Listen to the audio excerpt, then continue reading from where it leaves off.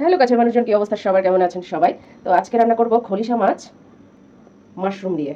এই যে এটা আমি আপনাদেরকে আগের রিলসে বলেছিলাম যে এটা কি।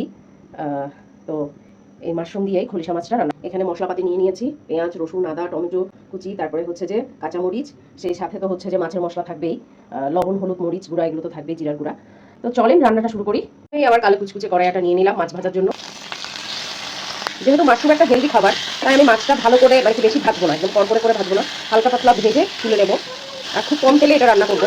এটা মাংস স্টাইলে রান্না হবে আসলে। মাশরুমটা মাংস স্টাইলে রান্না করলে সবথেকে বেশি মজা হয়। এই যে খুবই তেলটা কম, আমি ওই যে মাছটা মাখিয়ে রেখেছিলাম সর্ষের তেল দিয়ে, সেই সর্ষের তেল দিয়ে মূলত ভাজাটা হচ্ছে। অল্প খানি একটু তেল ছিল, বেশি না। মাছটা দেখুন ভাজা হয়ে গেছে, তুলে নেবো। এই যে দেখুন একদম কম তেলে বললাম, তেল নেই। এই কড়াইটা রান্না করবো না, রান্না করবো হচ্ছে আরেকটা কড়াইতে। এবার সামান্য একটু তেল দিয়ে নেবো। এবার পেঁয়াজ কুচি, আদা, রসুন কুচি সবগুলো একসাথে ভালো করে ভেজে নেবো। এটা পেঁয়াজটা কষিয়ে নেবো, আসলে মশলাটা কষিয়ে তারপর রান্না করবো। তো নরম হয়ে আসুক। এটা হচ্ছে মাছ ম্যারিনেট করা যে মশলাটা ছিল, সেটা একটু পানি দিয়ে এখানে দিয়ে দিচ্ছি। কি সুন্দর একটা রঙ এসছে, তাই না? সামান্য একটু লবণ, এই যে হলুদ, মরিচ, জিরা গুঁড়া দিয়ে দিয়েছি অল্প একটু।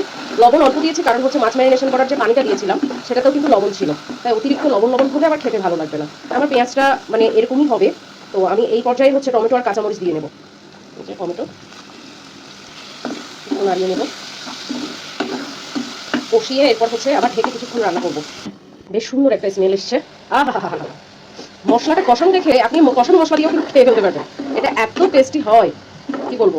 এখনো তো রান্না করিনি, রান্না শেষ হলে দেখতে পাবেন। এটা অসম্ভব ইয়াম্মি আর টেস্টি একটা খাবার। আর সেই সাথে হচ্ছে হেলদিও।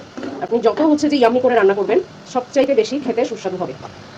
এই যে এবার হচ্ছে মাশরুমটা দিয়ে দিলাম। মাশরুমের দামও কিন্তু বাজারে কম নয়, বেশ একেবারে হচ্ছে দামি খাবার, মানে সস্তা খাবার না।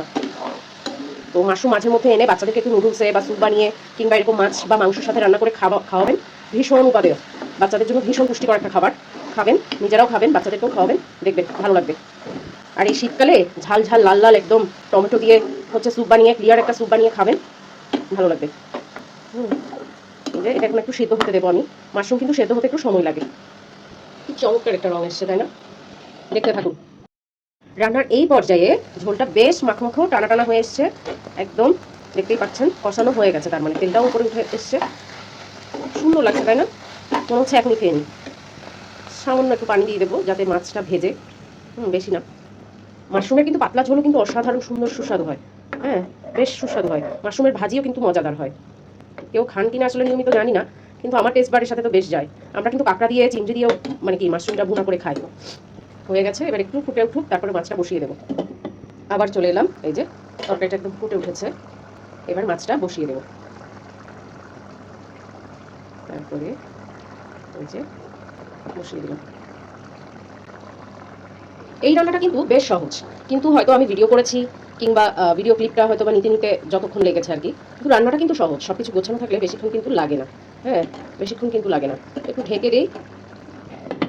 টেনটানা, এই যে আমার মাছ রান্না হয়ে গেছে। খলিশা মাছ রান্না মাশরুম দিয়ে হয়ে গেছে। একটু নাড়িয়ে নিই।